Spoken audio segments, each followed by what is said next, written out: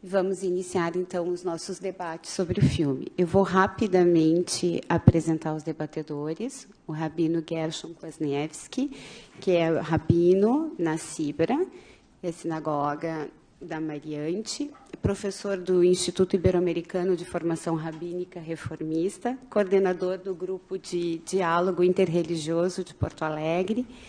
E eu vou trazer apenas duas curiosidades sobre ele para vocês saberem um pouco mais sobre a pessoa dele. O rabino Gershon foi o primeiro rabino, talvez no mundo, a celebrar uma ceia da Páscoa judaica dentro de uma catedral.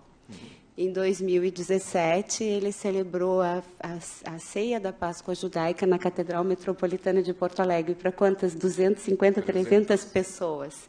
Então, é uma pessoa que tem um trabalho maravilhoso à frente de um grupo interreligioso. E, como eu ia contando no momento do intervalo, na semana passada eu estive na celebração da Páscoa Judaica na Cibra, e ele convidou uma série de estrangeiros para contarem as suas histórias. Então, havia haitianos, venezuelanos, peruanos, senegaleses, e ele disse uma frase que eu, inclusive, anotei e que eu vou levar comigo, que nós não nos sensibilizamos porque nós não conhecemos as histórias e que cada pessoa traz em si um mundo. Então, no momento que nós conhecemos a história de cada um, nós podemos nos sensibilizar. E eu acho que, como eu falei no início, isso é um pouco do que nós estamos fazendo aqui com essa atividade. Então, bem-vindo, e eu agradeço pela presença e por colaborar, por participar do nosso evento. E apresento também a desembargadora Marga Tesler, que é com certeza conhecida de todos nós, não é? Desembargadora federal do TRF da 4ª Região, é a nossa decana, mestre em Poder Judiciário pela Fundação Getúlio Vargas, mestre em Direito Público, Direito de Estado pela PUC e diretora do nosso museu, do Museu do Tribunal Regional Federal. E eu também agradeço a desembargadora Marga por estar aqui colaborando com as nossas atividades. Eu passo a palavra, então, à desembargadora Marga. Bem, seja muito bem-vindo o nosso debatedor, ou palestrante, acho que vai ser palestrante, né? E eu rapidamente pensei em falar sobre o cinema e a literatura. O cinema, ele trabalha com imagens e isso nos impacta poderosamente. Nós vivemos numa caixa espaço-tempo e o cinema consegue abrir janelas para que a gente possa ver a realidade, uma realidade que não nos seria oportunizada se não fosse esta arte. Enfim, o cinema nos permite compartilhar de realidades que nós não teríamos acesso sem eles. Isso é o cinema e a literatura, né? São janelas para o mundo. Todos nós vimos filmes diversas vezes, todo mundo tem aqueles que viu inúmeras vezes e que lhe impactou muito, né? Não vamos nem falar nisso.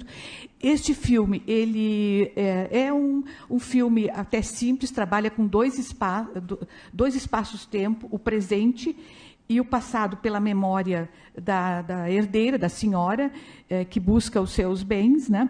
E só para nós, nós vamos ter uma fala à tarde, para falarmos um pouco sobre este movimento, esta obra de arte maravilhosa, que gerou todo um caso verdadeiro, né? Ela se insere no movimento simbolista. Movimento simbolista que começou na poesia, e começou com movimentos na França. Então, Verlaine, Baudelaire, né? Começaram pela poesia.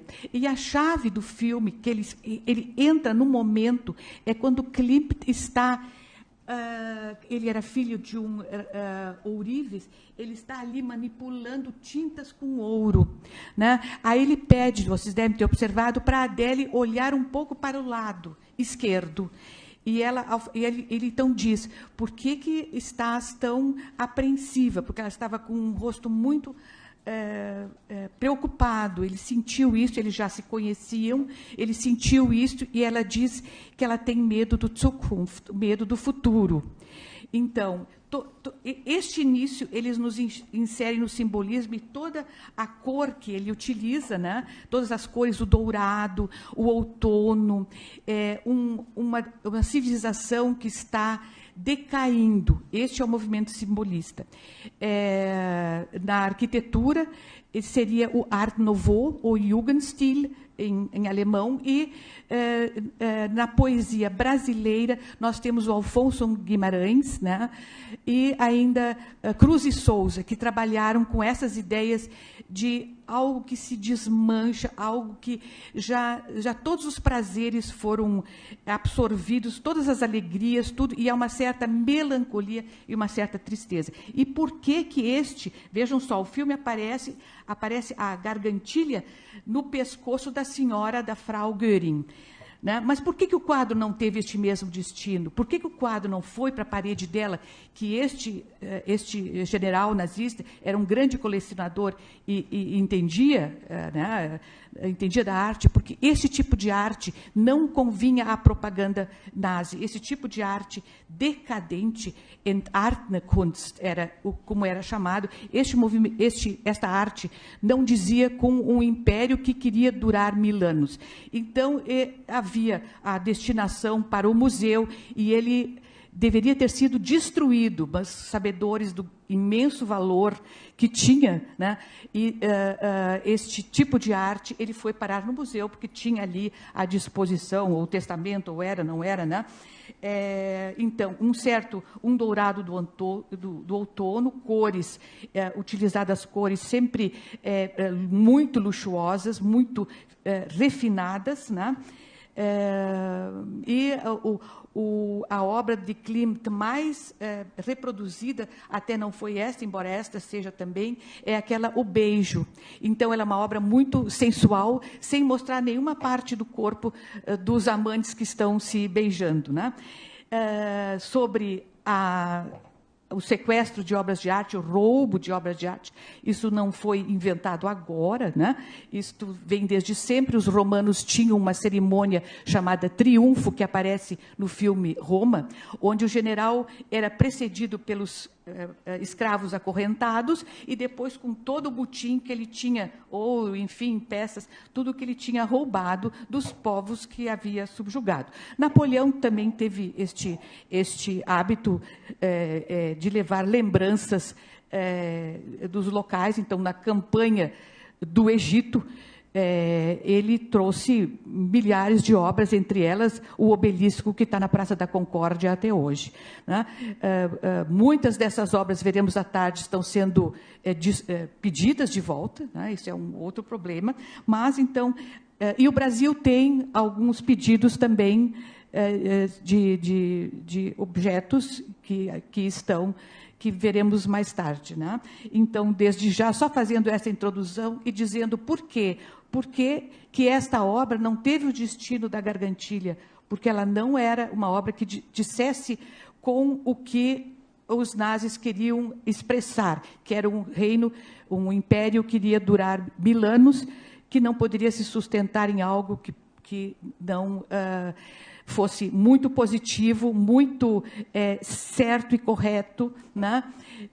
Apenas uma outra lembrança: muitos outros pintores tiveram esta fase simbolista.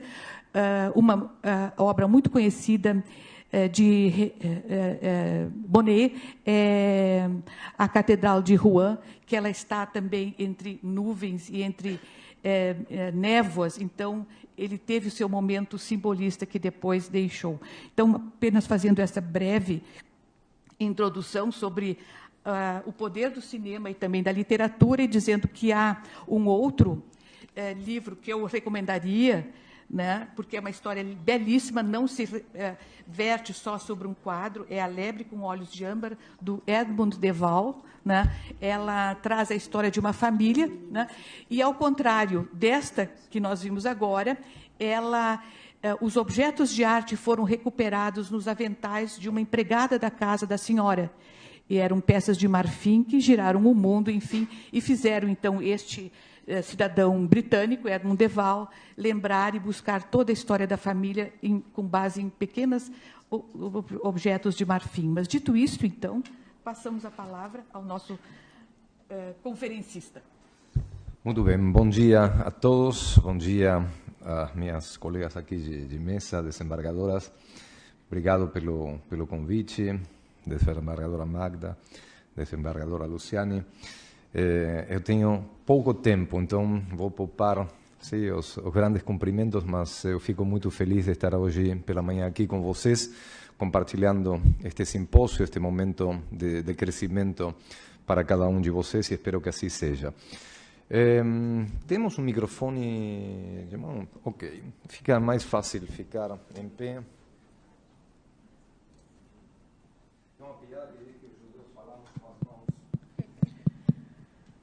Tem uma piada que diz que os judeus falamos com as mãos. Se eu fico sentado ali, não consigo falar. Se diz que no Titanic só sobreviveram 2 pessoas, casualmente eram judias. Então, perguntaram para eles que foi, por que vocês sobreviveram. Não sei, estávamos falando. Bem, este tema é um pouco mais sério. Podemos desligar aqui as luzes?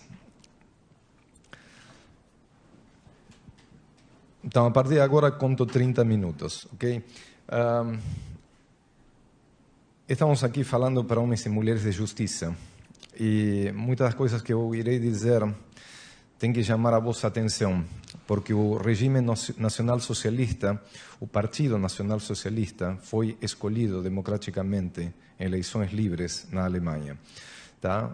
O regime nacional socialista, que depois nós conhecemos como nazismo, foi escolhido livremente em eleições democráticas. Uma das primeiras medidas que adoptou o nacionalsocialismo foi terminar com os partidos políticos da oposição. Isto aqui é importante destacar, porque estamos falando da Segunda Guerra Mundial, estamos falando apenas de 70 anos atrás, mas hoje nós podemos comparar o que acontece no mundo todo com eleições democráticas e como eleições democráticas acabam virando ditaduras. Temos o caso em toda a América Latina e também em muitos outros países da Europa. O que têm em comum estas pessoas que estão aqui? Tem algo em comum? Não tem nada em comum? O que vocês acham?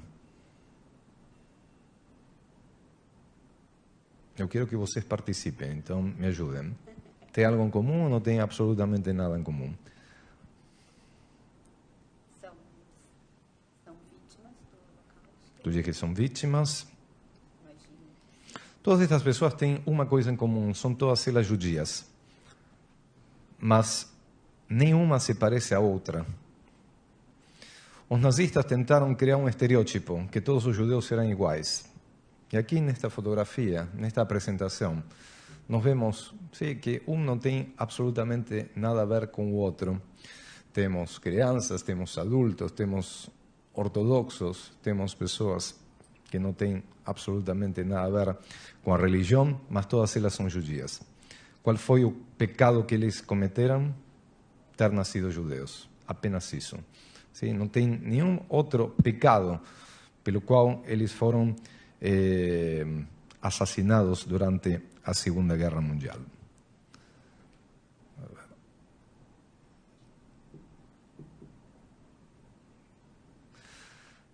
Tudo começa com um balão de ensaio. Isto aqui é muito importante para a história da Segunda Guerra Mundial. E tentar entender esta minha palestra é poder entender o filme que vocês assistiram, mas também entender o contexto da Segunda Guerra Mundial. O balão de ensaio chama-se Kristallnacht, Noite de Cristais. Aconteceu no dia 9 de novembro do ano 1938. Mas vou fazer uma pequena pausa e vou voltar. O nacionalsocialismo assumiu o poder em 1933, em eleições democráticas. Ano 1935, a Alemanha sanciona as leis de Nuremberg. Nuremberg é muito famoso pelo julgamento dos nazistas, mas poucos lembram das leis de Nuremberg de 1935. E elas são essenciais para poder entender o que aconteceu durante a Segunda Guerra Mundial. E nós temos que entender 2 coisas também. Aconteceram 2 guerras, uma contra os aliados e outra contra os judeus, em forma paralela. Os nazistas se empecinaram em ganhar as 2. E quando começaram a perder a guerra contra os aliados, avançaram na guerra contra os judeus. Então, 1935, leis de Nuremberg. O que está escrito nas leis de Nuremberg? que proclamavam a lei de Nuremberg. Número 1, todos os judeus não podem mais trabalhar em entidades públicas. Se tinha judeus juízes, se tinha judeus professores, se tinha judeus médicos em instituições públicas, se tinha judeus trabalhando para prefeituras, se tinha judeus trabalhando para governos de Estado, pronto, não podiam trabalhar mais. Número 2, os arianos não podiam mais trabalhar na casa dos judeus. Então, tu tinhas um empregado, uma empregada ariana, não podia mais trabalhar na casa de um judeu. Tu tinhas contratado um professor ariano para teus filhos, não podia mais trabalhar na casa dos judeus. Os judeus não podiam mais estudar em instituições públicas, não podiam ir mais em colégios, não podiam ir mais nas faculdades, não podiam ir mais em clubes, não podiam ir mais em lugar nenhum. Os judeus também não tinham mais direito de tirar seus bens da Alemanha, não podiam mais sair com o seu dinheiro da Alemanha. Se eles queriam, no início, poderiam comprar matéria-prima alemã e levar para fora, mas não podiam mais sair com seu dinheiro. Estas leis de Nuremberg começaram a cortar a liberdade dos judeus. Muitos acharam, bom, é um governo democrático, vamos fazer o que eles estão pedindo e a coisa vai seguir. Nós temos que pensar que os judeus alemães lutaram pela Alemanha durante a Primeira Guerra Mundial e foram condecorados por isso, pelo próprio governo alemão. Tinham uma plena identificação. Eles se falavam que eram alemães de fé mosaica. Assim se apresentavam. Primeiro alemães e depois a sua condição judaica, ou fé mosaica. Mas ao ponto de vista que muitos judeus alemães até hoje não têm nome hebraico. Tem apenas seu nome alemão, de tão forte a sua identificação. Então, isso em 1935, lei de Nuremberg. E tudo isso aí vai cortando a liberdade dos judeus.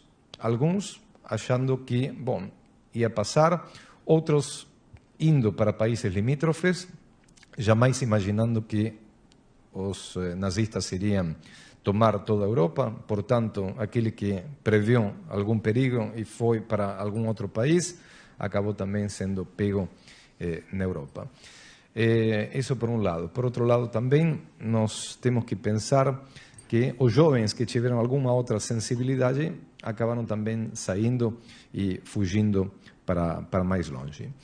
Balão de ensaio, 9 de novembro de 1938, Kristallnacht, Noite dos Cristais, que estou mostrando aqui, as vitrines de todas as lojas dos judeus foram quebradas. As lojas foram saqueadas, as sinagogas foram queimadas, foram profanados os livros da Torá, e aqui começa, então,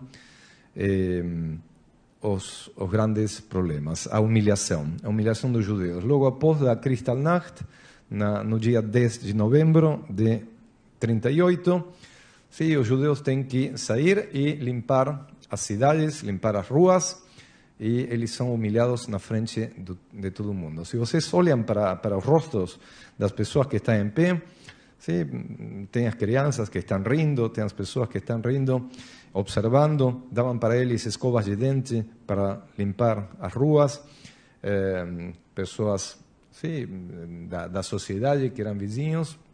De uma hora para outra, todos se transformam em inimigos. Isto aqui aconteceu na Kristallnacht e foram os judeus responsáveis, não só de limpar, como também pagar multa. Tiveram que juntar uma quantidade enorme de marcos, como para pagar pela limpeza, etc. Por que falo que isto aqui foi um balão de ensaio? Porque a Europa civilizada ficou muda, ficou indiferente. Então, o regime nacional-socialista pensou, ótimo, então vamos avançar com o nosso plano, ninguém reclamou, ninguém disse nada. Ano 1933, não existia o Estado de Israel. O Estado de Israel foi criado no ano 1948 e não foi casualidade que surge 3 anos depois do final da Segunda Guerra Mundial, porque os judeus não tinham para onde ir, os judeus sempre foram, na Europa, cidadãos de segunda categoria e, portanto, dentro de toda esta história, nós podemos perceber que a indiferença mundial trouxe para os judeus um preço, um custo muito alto. Nós temos o que acontece, sim, depois da Kristallnacht, o processo que era ideológico, um antissemitismo ideológico, começa a ser um antissemitismo de ação. Temos as primeiras detenções dos judeus. No início, sim, não existiam os campos da morte, mas sim existiam os campos de prisioneiros políticos. Quem estava naqueles campos de prisioneiros políticos? Estavam os judeus, estavam os comunistas, estavam os homossexuais e estavam os ciganos. Esses ali eram os pontos que o nazismo começou a combater.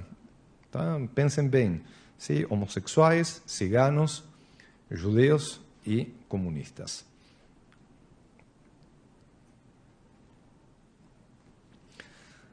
Então, o primeiro era, sim, levar os judeus e confinar os judeus em guetos. A palavra gueto é uma palavra que significa bairro. Então, levavam os judeus para os bairros onde eles moravam. Então, imaginemos o seguinte, imaginemos Porto Alegre. Todos os judeus que moram espalhados em Porto Alegre têm que ir para o Bonfim, para o bairro judaico.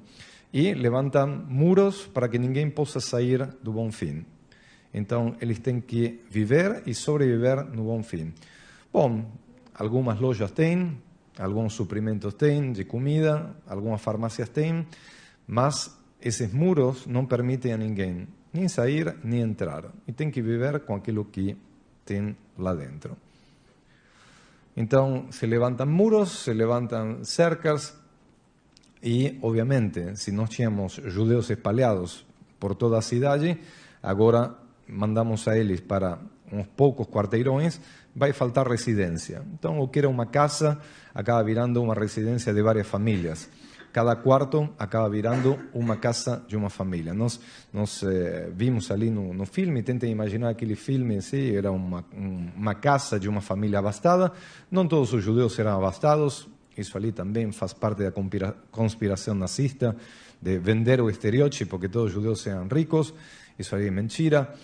Existiam muitos judeus pobres, mas aquelas famílias com melhores recursos tinham que abrir as suas portas para receber os seus irmãos, tinham que conviver, e quem sabe, sim, quem mora num apartamento, numa casa onde cada um tem seu quarto, tem que abrir mão de um quarto, tem que compartilhar cozinha, tem que compartilhar banheiro, não era fácil. Então, aqui nós vemos o confinamento dos judeus. Não aconteceu uma matança sistemática no início, aconteceu um confinamento. Como eu faço para voltar? A ver. Bom, passei demais. Isto aqui é uma fotografia do gueto de Varsóvia. Se construíam pontes para que os judeus não possam atravessar pelas avenidas principais, de um lado para o outro do gueto. O que vocês enxergam ali são judeus que vão para um lado, judeus que vão para o outro lado. É isso aí. Então, a primeira forma assim, de matar os judeus era matar eles de fome. Matar eles de fome e eles acabavam morrendo também pelas doenças. Chegava um momento que acabava a comida dentro do gueto, chegava um momento que acabavam os medicamentos, então acabavam morrendo de fome e de doenças. Vejam bem, sim, o tamanho, o que eram as pernas daquela pessoa, do lado outra, e as epidemias também se espalhavam dentro do gueto. Então, o primeiro foi confinar. Já vimos ali uma famosa fotografia do gueto de Varsóvia. Tu me ajudas ali a passar? Aí. Comida, sim, era uma questão de sobrevivência, poder se alimentar com o básico do básico do básico. Os adultos sacrificavam os seus alimentos para poder alimentar as crianças. Quem já foi na Europa sabe quão rígido é o inverno, sabe que sem alimentação é muito difícil de sobreviver. A desesperança, as pessoas vestidas, as pessoas já começam a ser identificadas com a estrela amarela, que também era uma forma de degradação, de mostrar quem era judeu. E quem não saía à rua com a sua estrela amarela bordada no seu casaco, na sua roupa, já era diretamente assassinada no próprio gueto ou era levada, mas também ter a estrela amarela é uma questão de sobrevivência, não era uma questão de escolha.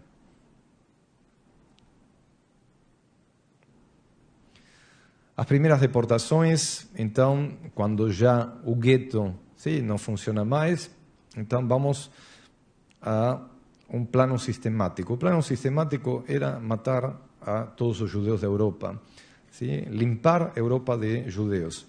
E uma vez que terminasse a limpeza de judeus na Europa, passar para a América e continuar aquela limpeza racial. A teoria do nazismo era deixar só apenas a raça ariana, a raça superior. Os nazistas, os primeiros que assassinaram, também foram a todos, entraram em todos os hospitais onde existiam os próprios alemães deficientes mentais e os mataram a todos. Eles queriam mostrar que a raça ariana era uma raça superior. Então, eles também mataram, os primeiros que mataram foram os próprios deficientes. Qualquer alemão que tinha algum tipo de problema de deficiência foi morto no início, assim também como os ciganos e os homossexuais. Então, a deportação não importava como, era em caminhões, era em trens. Falamos antes, e a gente viu antes um trem de passageiros superlotado, agora a gente vê caminhões. Imagina o seguinte, chega um comandante, um general, e diz, bom, amanhã todo mundo que está aqui no gueto tem que ir embora. Então, peguem as suas pertences e terão que estar prontos. O que tu podes levar? Quantas coisas tu podes carregar? Que tu vai levar? Se tu tivesses que escolher da tua casa, se alguém te diz de aqui a 24 horas tu tem que deixar a tua residência, quanto tu levarias? E se te permitem levar apenas uma mala, o que tu levarias? Levarias comida? Levarias riquezas? Levarias o quê? Um quadro como a gente viu no filme seria impossível de levar. O que tu levarias? Joias? Joias se tu tinhas joias. Levarias comida para sobreviver? Bom, vamos ser transportados, trasladados para campos de trabalho forçado. Esse aí era um mote. Eram campos de trabalho forçado, não eram campos da morte. Achavam que, como prisioneiros, iam ter o direito a trabalhar, iam ser alimentados e iriam sobreviver. Então, os pertences, cada um levando o que dava. Os trens, famílias subindo com seus filhos, também superlotação. E a coisa ia piorando. Já quem pegou um trem de passageiros teve sorte. Teve outros que tiveram que pegar trens de carga, trens de gado. Vejam bem, naqueles vagões, praticamente não tem janelas, entravam pessoas, centos de pessoas num vagão, as pessoas acabavam morrendo, sendo trasladadas das cidades até os campos. Tinha muitos que não chegavam com vida. Imaginem, viajando horas e horas e horas, num vagão assim não tem banheiro, não tem absolutamente nada. Então, as necessidades, mulheres grávidas, idosos, pessoas doentes, todo mundo ali dentro e ainda carregando as suas poucas pertences. Bom, humilhação. Vejam os rostos dos nazistas, dos oficiais nazistas, o sorriso, cortando o cabelo, cortando a barba, denigrando, a denigração do ser humano. Isso que se tentou fazer. Tirar toda a identidade do ser humano.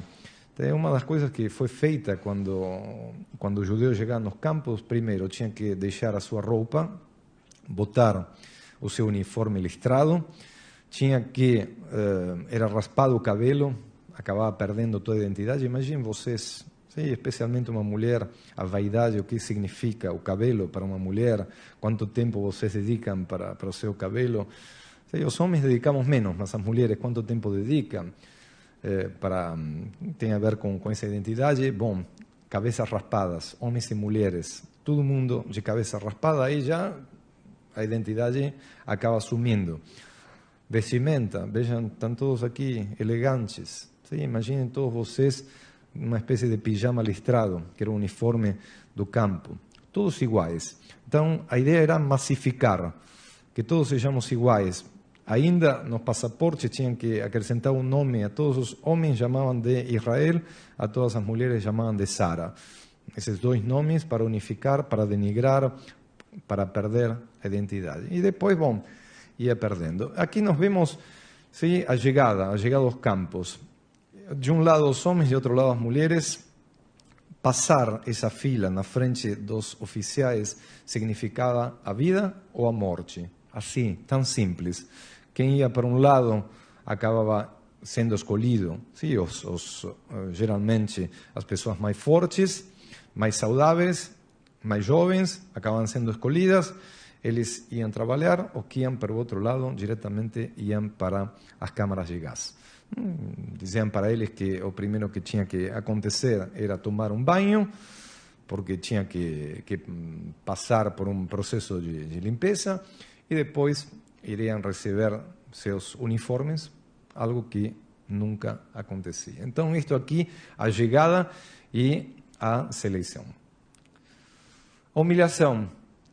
Tá? Vejam, filas, e um oficial nazista, um soldado, eles queriam mostrar serviço, então os humilhavam. Faziam uma posição e os judeus tinham que ficar por horas naquela posição. Se saíam daquela posição, os matavam na frente de todo mundo.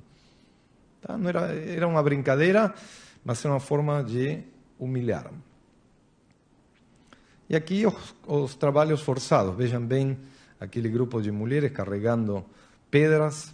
Isso aí não é uma tarefa para mulheres, mas era uma forma de elas serem denigradas, carregar pedras, fazer trabalhos forçados. Os homens também, os uniformes. Muitas vezes faziam tarefas realmente aleatórias que não tinham nenhum tipo de significado, mas era uma forma de desgastar eles, de humilhar eles, mal alimentados, acordavam eles a qualquer hora e dessa forma iam enfraquecendo a todos. Os faziam cavar fossas, os faziam trabalhar e depois de cavar aquelas fossas les pediam para sentar e os fuzilavam. Tá? E tinha que vir outro grupo de judeus e tinha que cobrir aquelas fossas comuns, aquelas balas, mas eram assassinados na hora. Então, depois vinha outro grupo e os cobria. Isso ali era o início da matança. Esta aqui é a primeira matança sistemática organizada na história da humanidade. Foi uma fábrica de morte. Foi uma fábrica de morte. Inadmissível, mas isto aqui foi uma fábrica de morte. Existiam os trens que chegavam no horário. Recomendo o livro Eichmann em Jerusalém, de Hannah Arendt. Eichmann era uma espécie de servidor público que chegava, batia ponto e coordenava os trens, o horário de entrada, o horário de saída, o horário de chegada no campo, e tudo tinha que ser sistemático. Mas ele não tinha nenhum cargo de consciência. Para ele era seu trabalho coordenar o transporte de judeus. Ele não estava envolvido absolutamente em nada, mas ele tinha que coordenar o transporte. Imaginem vocês, esse era o trabalho. Ele o fazia bem, ele não tinha culpa de nada. Ali surge o conceito de banalização do mal. Tanto faz o que ele fazia. O mal era uma coisa banal. Nós sabemos que não era assim. Resistência. Não todos os judeus se entregaram. Também teve resistência. Por isso que nós chamamos de Dia do Holocausto e da Bravura. Casualmente ou não, irá acontecer nesta semana, na data do calendário judaico, do dia 1º de maio para o dia 2 de maio, neste ano 2019, isso aí vai mudando, mas é interessante algo, vocês que são todos homens e mulheres de direito, de lei, até poucos anos atrás não existia uma data mundial para lembrar do Holocausto. Quem lembrava do Holocausto éramos nós judeus, e tínhamos uma data nacional, Yom HaShoah ve'Hagvura, o dia do Holocausto da Bravura. Por que se lembra nessa data? Porque lembramos o levante do gueto de Varsóvia. O levante do gueto de Varsóvia durou mais tempo que a invasão dos alemães na Polônia. Os judeus conseguiram resistir e lutar mais tempo que os nazistas em invadir a Polônia. Foram também formados grupos de partisanos, eram italianos, franceses, que se escondiam nas florestas e boicotavam as tropas nazistas, voando pontes e fazendo atentados. E dentro daqueles grupos também entravam os judeus, nos grupos de partisanos. Então, também teve uma resistência judaica, não podemos dizer que os judeus todos se entregaram, mas também nas condições que eles estavam enfraquecidos e sem nenhum tipo de armamento, era muito difícil lutar contra uma maquinária que teve muitos aliados. Tá? E os aliados dos nazistas tentaram mostrar melhor serviço que os próprios nazistas. Lembremos que Hitler era austríaco, então ele tinha muitos adeptos na Áustria, e em muitos outros países da Europa a matança foi até ainda pior. Nós registramos campos de trabalho forçado na Alemanha, Dachau, Buchenwald, mas com o avanço da guerra, a necessidade de matar judeus fazia que tardassem muito tempo em ser transportados até a Alemanha. Então começaram a construir campos nos próprios países onde tinham mais judeus. Para lhes dar um exemplo, na Polônia moravam antes da guerra 3.300.000 judeus. Era a maior população judaica da Europa. Depois da guerra sobraram apenas 300.000.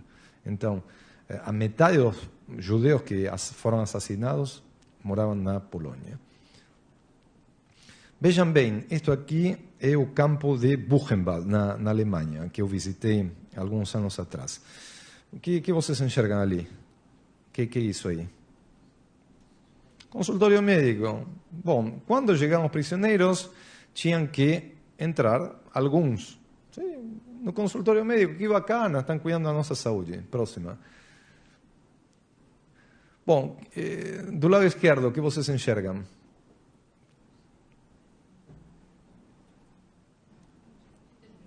Para medir. Sim. Bom, o que acontecia? Sim, ali nós temos duas fotografias. Sim, eles se encostavam, sim, para ser medidos, mas na segunda fotografia, sim, é do lado oposto da primeira. Era um falso medidor e tinha um oficial nazista que diretamente atirava na cabeça de cada judeu. O judeu se encostava para ser medido, pá, o matavam. O que acontecia?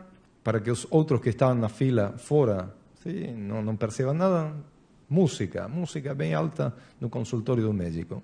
Então, entravam um por um, iam matando. Continuamos. O que é isso ali, minha gente?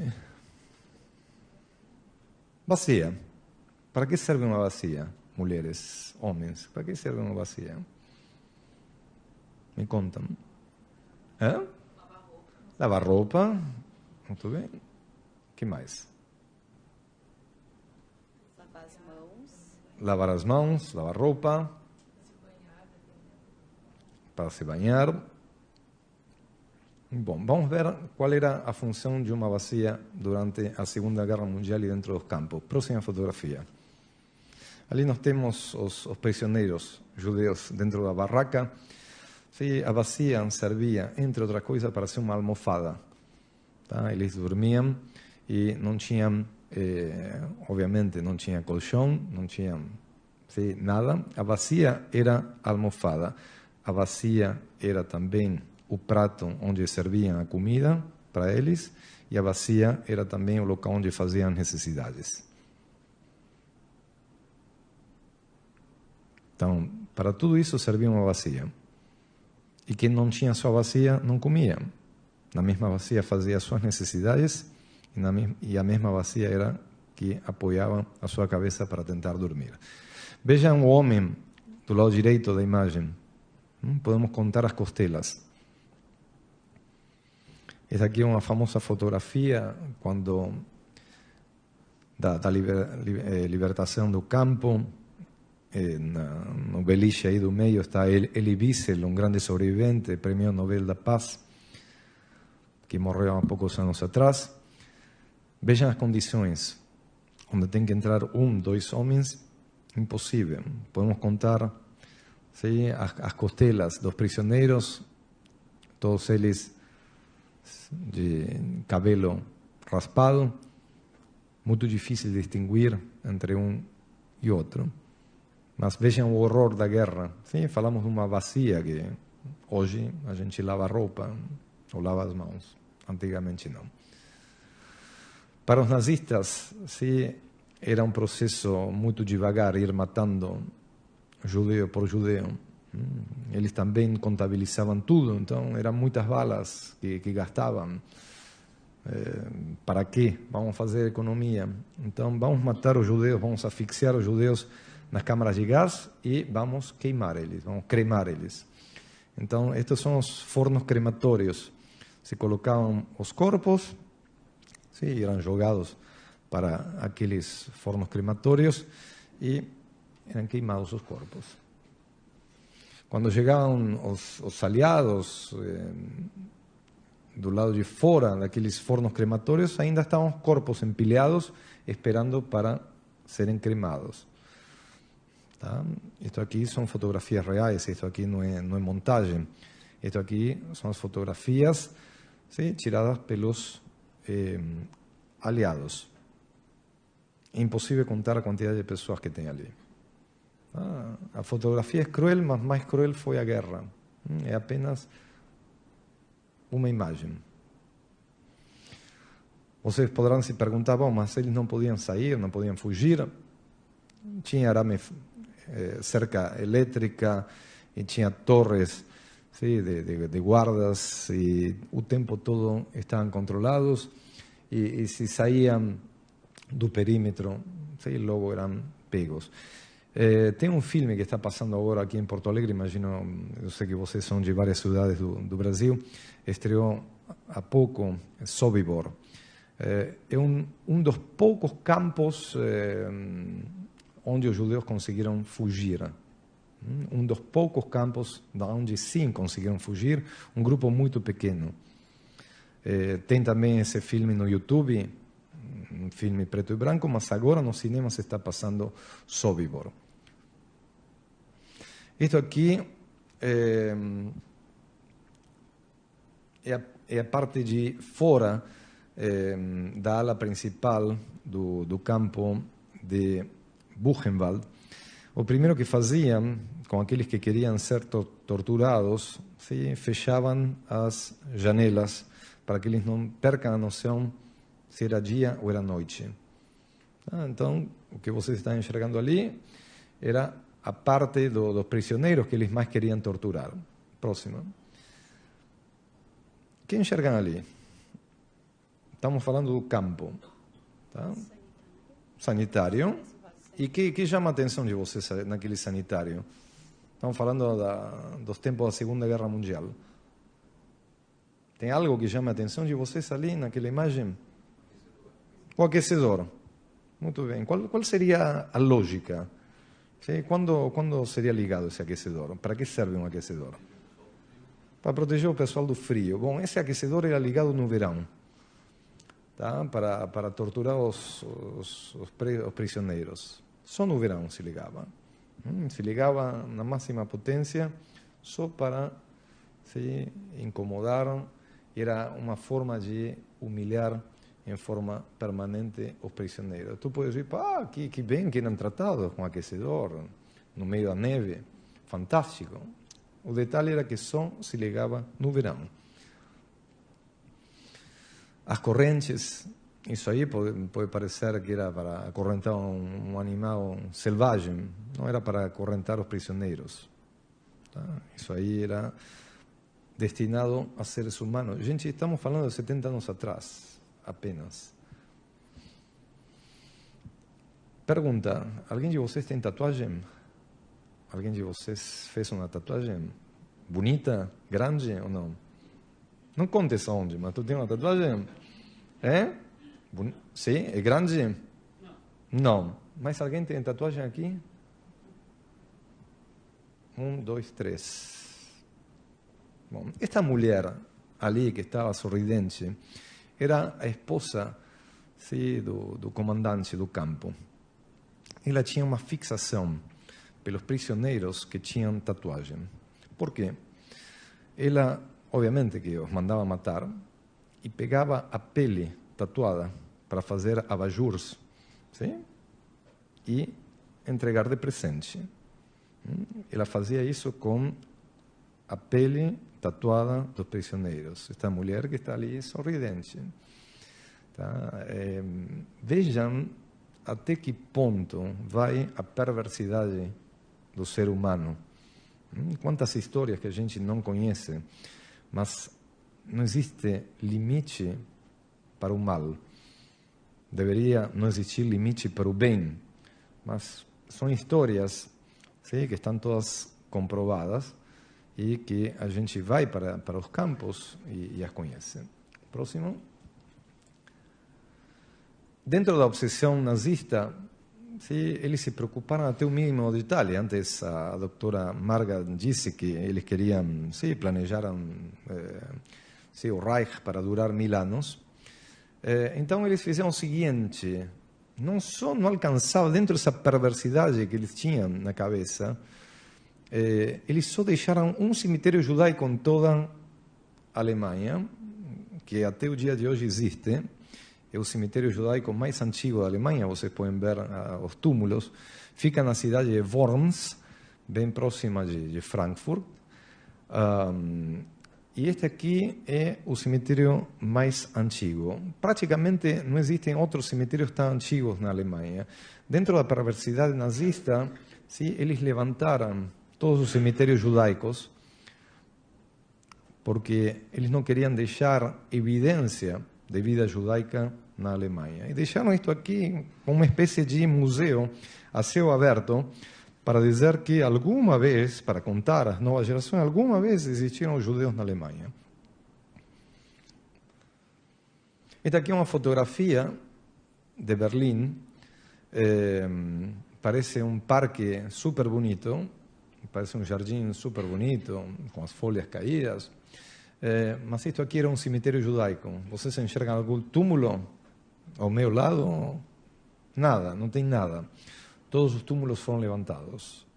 Obviamente, tiraram todos os corpos, mas não deixaram nada, absolutamente nada, nenhuma evidência, justamente porque eles achavam que iriam ser vitoriosos. Então, vamos transformar os cemitérios judaicos em jardins, tiremos toda a evidência de vida judaica. Matemos os judeus, mas também levantemos os seus cemitérios. Não queremos saber mais nada dos judeus.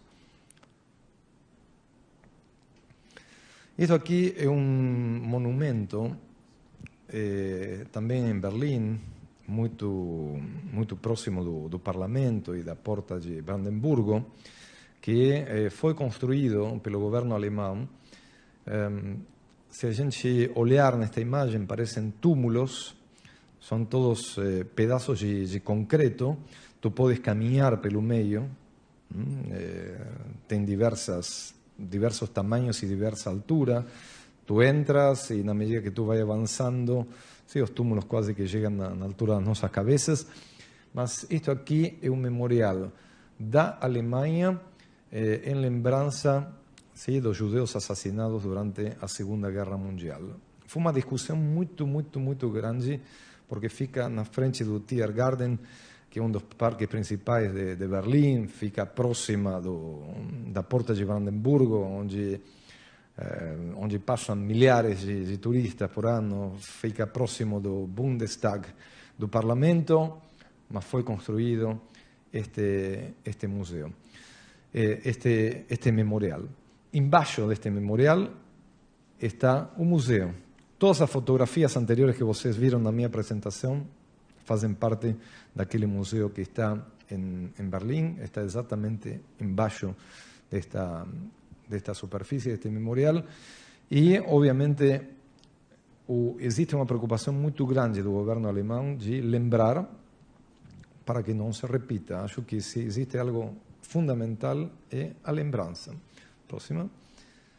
Dentro desses projetos de lembrança, alguns anos atrás, teve um projeto interessante que é nos paralelepípedos, na rua, em qualquer lugar, em qualquer cidade, estas placas aparecem com o nome dos judeus, a data de nascimento, onde eles foram deportados e em que campo foram assassinados.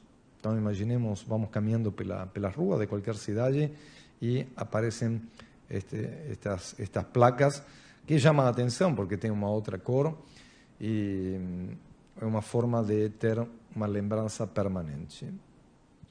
Isto também acontece em Berlim, fachada de um prédio, com o nome da família que morava, de que ano a que ano morou, e o campo onde foi transportada.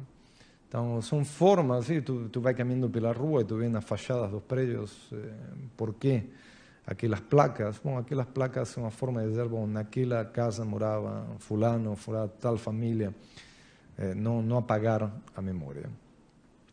E eu quero terminar com o otimismo.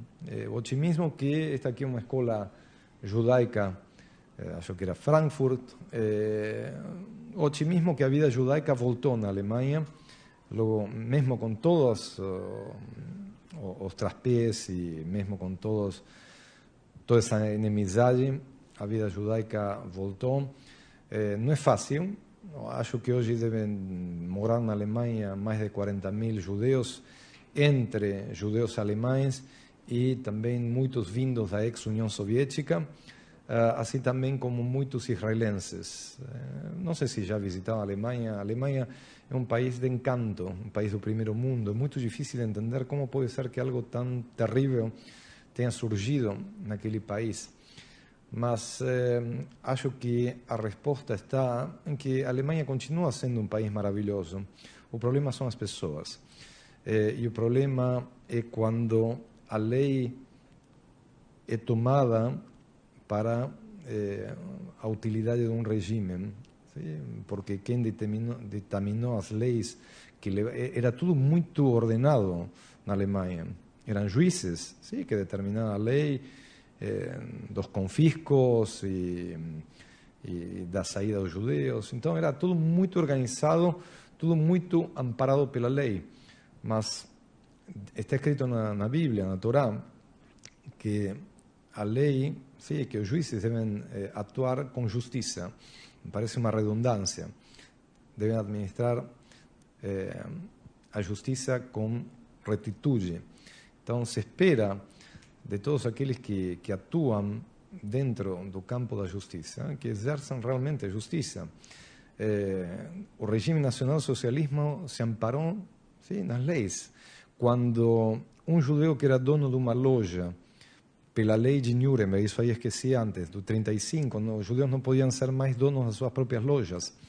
Então eles fizeram um contrato de transferência da loja para seus empregados arianos. Estava tudo assinado no papel.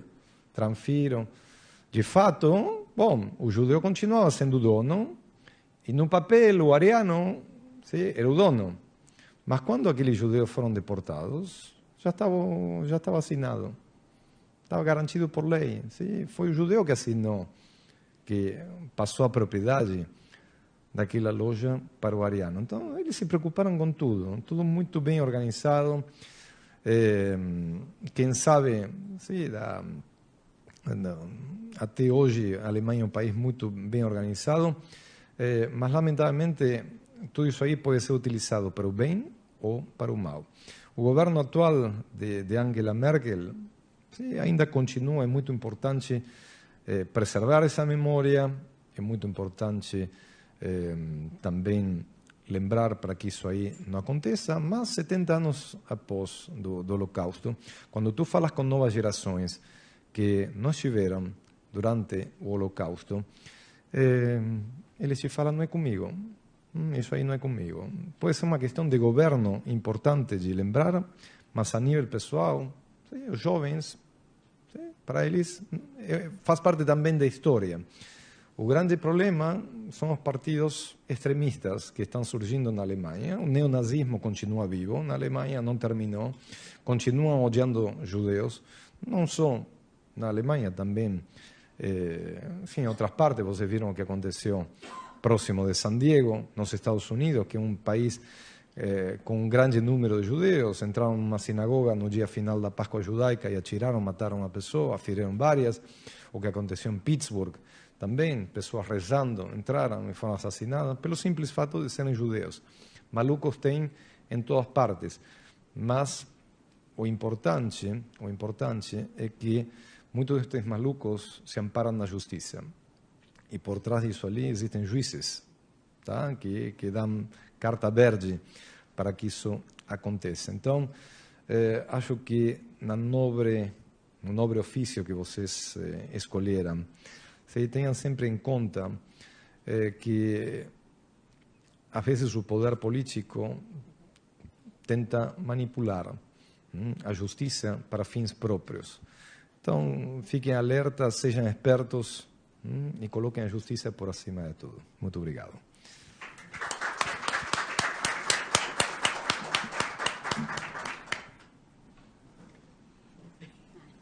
Desculpem se me passei um pouco. Bem, era para debater, nem tenho que debater, né? São imagens e lembranças muito fortes, né? E eu sempre me pergunto como é que se chegou a isso? Como é que se chegou a isso? E o mundo inteiro calou, né? Porque era conhecido, era sabido.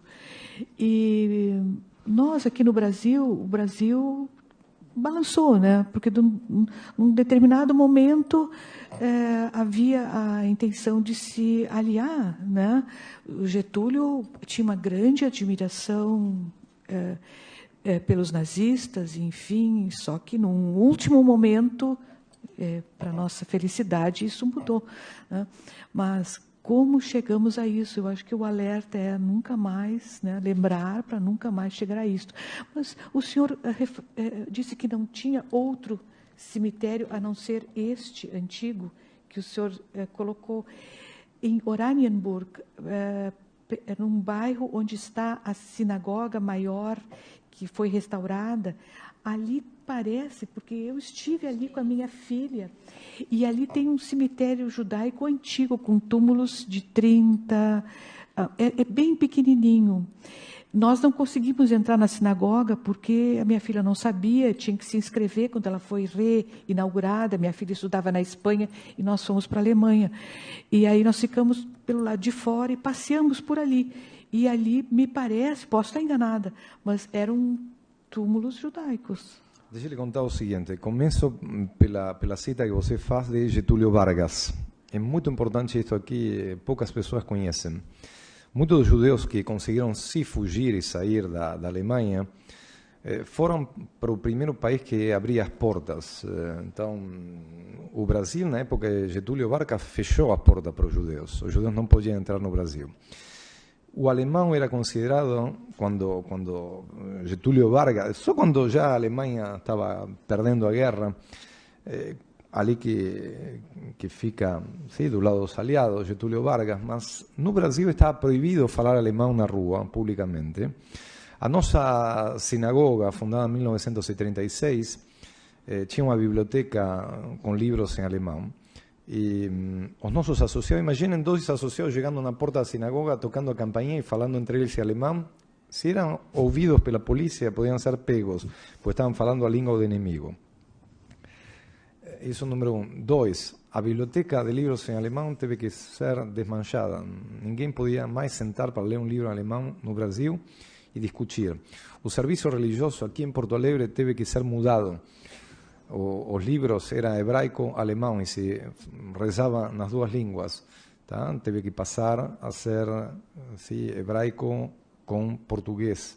Porque se os próprios judeus, aqueles mesmos que eram perseguidos na Alemanha, rezavam aqui no Brasil em alemão, também eram pegos e presos. Limparam e tentaram destruir a maior parte dos cemitérios. Esse ali é um daqueles que sobrou. Obviamente devem ter sobrado outros, mas esse ali, o tamanho do cemitério de Worms e a antiguidade dos túmulos em Worms, realmente é muito significativa. Isso aí dá para caminhar e caminhar e caminhar, que tu não terminas de percorrer toda a superfície. Assim que, bom, esta história...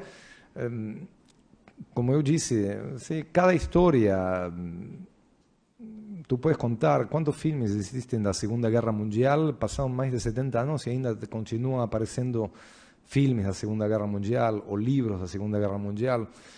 Teve muitas pessoas que ainda não se animaram a contar as suas próprias histórias. Cada história é diferente. Eu fui, por exemplo, estudar em Jerusalém. Em Jerusalém existe o Centro Mundial de Estudo do Holocausto. Passei um mês fazendo um curso de capacitação sobre o Holocausto e tinha como colegas sobreviventes do Holocausto. Eu disse, mas que faz este cara aqui estudando o Holocausto? Sei qual é a necessidade dele ouvir novamente estas histórias. Ele disse, eu passei meu Holocausto do meu jeito, no meu campo, na minha cidade, mas teve muitas outras histórias que eu não conheço. Então, existem inúmeras histórias, cada um teve a sua história, cada um conseguiu fugir como conseguia. Teve muitas pessoas chamadas justos entre as nações. Vocês podem lembrar de Oskar Schindler, que foi um daqueles que ajudou a salvar judeus, mas também teve diplomáticos brasileiros que ajudaram a salvar judeus. Tem a Araci, o livro da Justa entre as nações. A questão é o seguinte, pessoas que arriscaram suas vidas, diplomáticos que carimbavam um passaporte e conseguiam deixar sair os judeus. Tem inúmeras histórias tristes. Um navio que San Luis, que saiu da Alemanha, percorreu toda a América, o Caribe, chegou em Cuba. Não deixaram de ser 300 judeus no navio San Luis. Estados Unidos também estava fechado para receber refugiados. Tanto o Trégua do Primo Levi também, a viagem de trem que não podia parar em lugar algum. Então, o navio San Luis teve que voltar para a Europa e aqueles judeus que tinham conseguido sair acabaram sendo assassinados.